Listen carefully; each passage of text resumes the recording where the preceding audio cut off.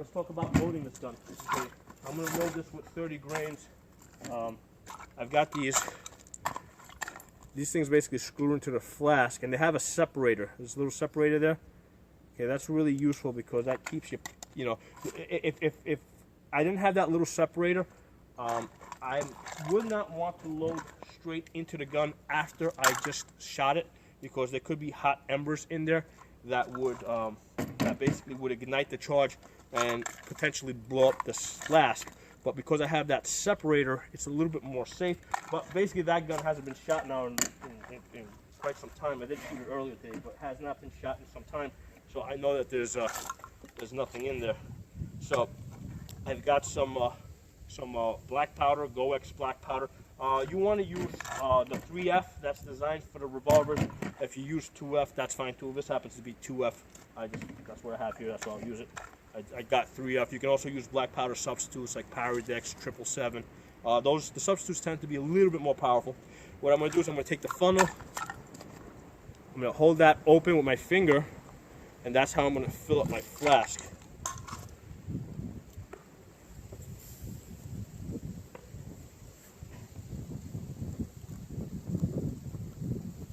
Just shake it, get it in there. Okay.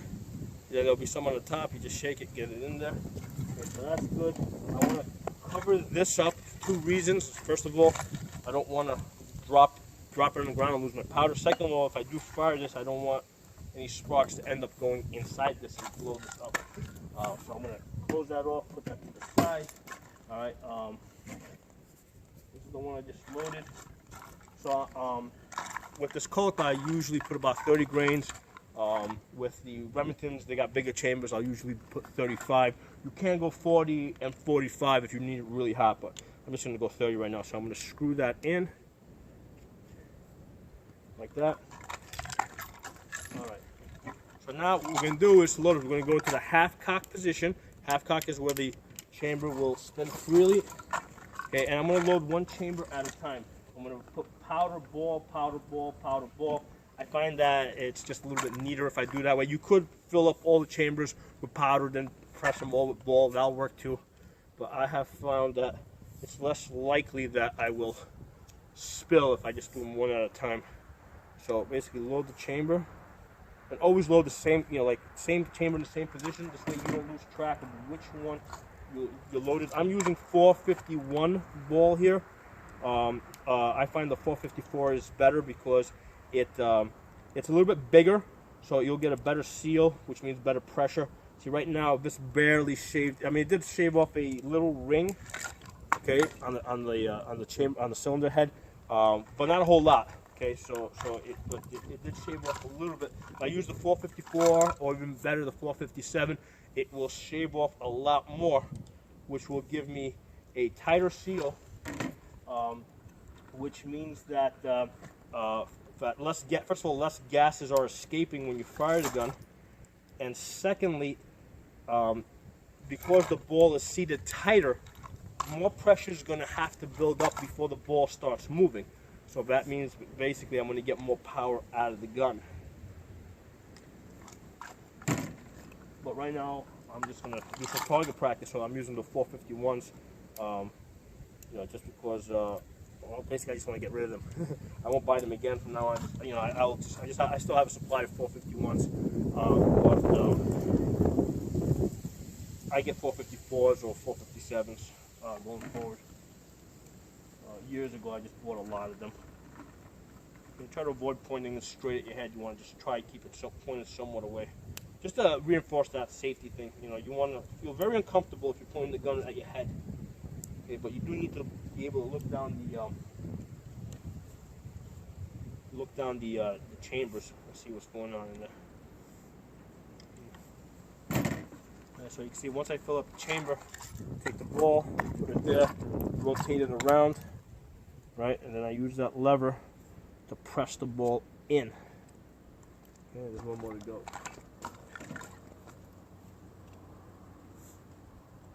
At that time it didn't fill up. That's one of the things you want to pay attention to. When you're doing this, make sure that when you do it, you look at it and you see that it's full. Okay, so that each of your loads is consistent. black powder needs compression to really work. So, like because if you look at the instruction manual that comes with these guns, like on the Colt, they'll tell you to put something like 15 or 20 grains in there. With 15 or 20 grains, you don't get compression. This is basically going to have the same power as like a 22, okay? So you're not going to get the same pressure. But once you get like, get it up to 30 grains or 35, all of a sudden when you seat the bull, it actually presses against the powder. So that gives you a lot more power. Think of like dynamite. If you take dynamite, basically in order for dynamite to work, it has to be, the black powder that's in the dynamite has to be tightly wound. Same thing with the powder. Because if I take powder, spray it loose on the table here, and throw a match to it, it's just going to go, it's not a big deal. But once you compact it, that's when you get the, you get the benefit, the power out of it, okay? So next thing I'm going to do is because now I got my ball seated, I need to lube the front, okay? So, and the reason why we're lubing is so that when I fire around, the chamber, that one chamber doesn't ignite all the other chambers. And there's two ways that can happen. Either a spark can go in through the front, or a spark can go in through the back. Let's say if a nipple falls off, a cap rather falls off one of the nipples, a spark can also go in that way. I have had it happen to me a couple times where I forgot to lube the front. And what happens is basically you just get the balls that shoot out the side. That's one of the reasons when you shoot this, your hand's always back here. Even if you have, because they did make like a rifle version of this, you never put your hand up here. Because if you do get a chain fire, these balls are going to come out the side, they're going to blow your fingers off. So that's why you always hold a captain ball revolver back here. Never have your hand up here or anything like that. So the lube is going to prevent that chain fire. And most of the time when I'm just shooting to shoot, I'm pretty sloppy with the loading process. So a lot of times when I'm loading like this, I'll slip and I'll miss the chambers, and there will be powder, along on the face of the cylinder, and that's definitely going to cause a chain fire if you don't lube the if you don't lube the face of that cylinder. So basically, you just take this lube. Now, if you don't have this lube, I mean, you can use any oil. You can use motor oil, WD oil, use cooking oil. Just something that and then what you do is you take that, you go through into each one of the chambers, right? So basically, see how I'm doing it? You just go into each one of the chambers and just spread that out, spread that around.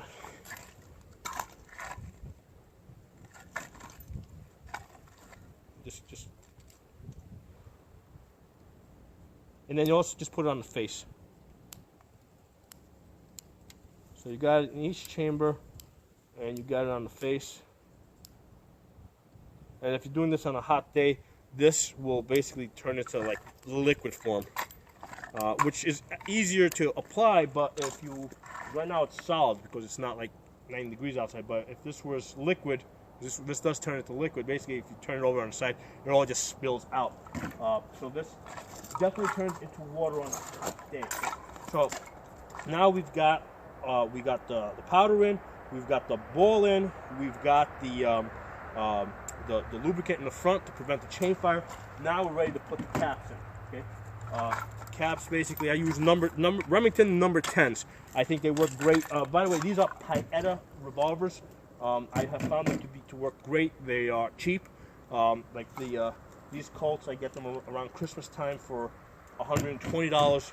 The Remingtons, I get them for about $180. Right now, yeah, you're gonna pay a lot more. I think they're going for like $220, $230 right now, just because of first of all, it's not Christmas season, and number two, everybody's buying them for the same reason that you're buying them now. Okay. So next thing we're gonna get the gun pointed in a safe direction. Now we're gonna put the caps in. What I do when I put the caps in, usually what I like to do is take a few caps out and put them into something else. Like I'm going to put them into this dish over here, and put because these containers have hold like 100 rounds. I want to put them into something else so I don't risk dropping them. Because if I don't want to drop, if I drop them, I don't want to drop all 100. Okay. The other thing is when you put them in, look at them. Look at the cap. You should see the green filament that's in there, because sometimes that does fall out. So if you look in there and you don't see that green filament, if all you see is the copper, then that means that it fell out. That one's not going to work. With these Remington number 10s, they'll usually, you just push them in with your thumb, and they go in nice and snug and perfect. If you have like number 11s or some other brand, sometimes you have to pinch these. Okay, you have to pinch these in order for them to stay on the nipples. But these Remington number 10s on the Pieta revolvers, I mean, they're just perfectly sized.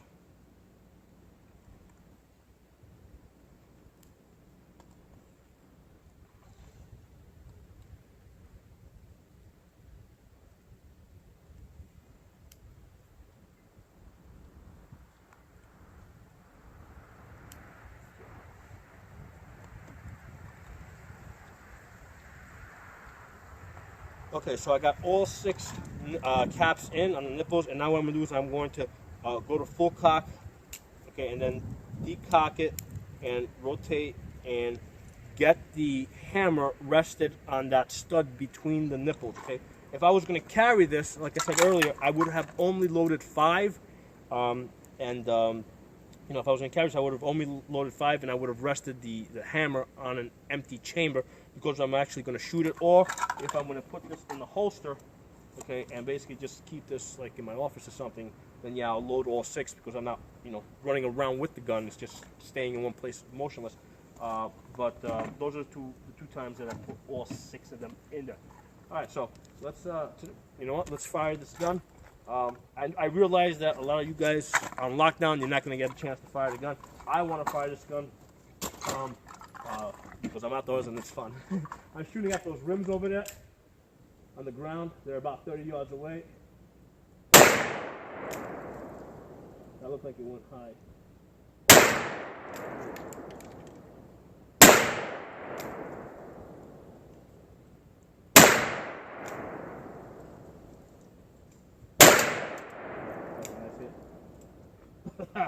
Smoke it. Okay, this is the thing. If you fire this gun indoors, be prepared for smoke. Okay, gun's empty. Okay, point it up. Make sure all the caps are out. So, you know, like I said earlier, the point of this video is to get you guys to the point where you can use this gun for self-defense if you need to. And be prepared for a lot of smoke. You're not going to be able to see after the first couple of shots. You're not going to be able to breathe. So just be prepared for that. And also be aware of the situation that you may not be able to see or breathe at your position, but the other person who might be 10, 20, 30 feet away from you, they don't have that problem. Okay, so that's something that you want to just be aware of and figure out how you're going to deal with that. Okay. Now, I mean, I'm not going to clean the gun up because I plan to shoot some more. But like I said, this gun needs to be cleaned the same day that you shot it. I showed you earlier how to take the gun apart. And for cleaning purposes, just soap and water. That works fine. The same, basically dishwashing, the same dishwashing liquid that you use. Mix it in the container with water. And usually I use 2 brushes. One in you know, the same caliber as the gun. You know, this one's 45, and then also have a 22 brush, because that's going to allow you to get into those little nooks and crannies. You know, and cleaning is cleaning. Just get the gun clean. You want to clean this. Like I like cleaning outdoors because it gets black. The black powder is really dirty. If you get it on your clothes or on anything other than a stainless steel sink, it will stain it. Stainless steel sink is fine. You can clean it there. It's not going to stain it. In the summertime, I'll clean it outside. If I leave it in the sun for, you know, like if it's 90 degrees outside, if I leave it in the sun, the gun will dry up pretty quickly. And then, you know, what I do is to speed that up, I use a hair dryer. If you're in your home, use your hair dryer. Okay, don't put the gun in your dishwasher in your dishwasher, because you don't want that lead and that stuff. You don't want to dirty up your dishwasher. So don't do that. Clean it in your sink. You know, use the brushes. Just cleaning is cleaning. I mean, you know, it doesn't matter. You know, it's a machine. Just get it clean. So get it clean. Use your hair dryer to dry the gun up. After you've got it dry, put a little bit of. You're gonna put a little bit of oil, like I said, on the nipple threads, and then basically oil the whole gun down. You know, spray some oil into all the moving components, the gears. If you're going to load it, don't saturate the chamber with oil, though. You don't want to do that. Don't saturate the chamber with oil. So then after that, you're ready to load the gun, and you're ready to reload the gun again. If you guys got any questions, comments, feedback for me, please put it in the comment section. If you like the video, give it a thumbs up. And if you're not a member of the channel, please subscribe. I'll see you guys next time.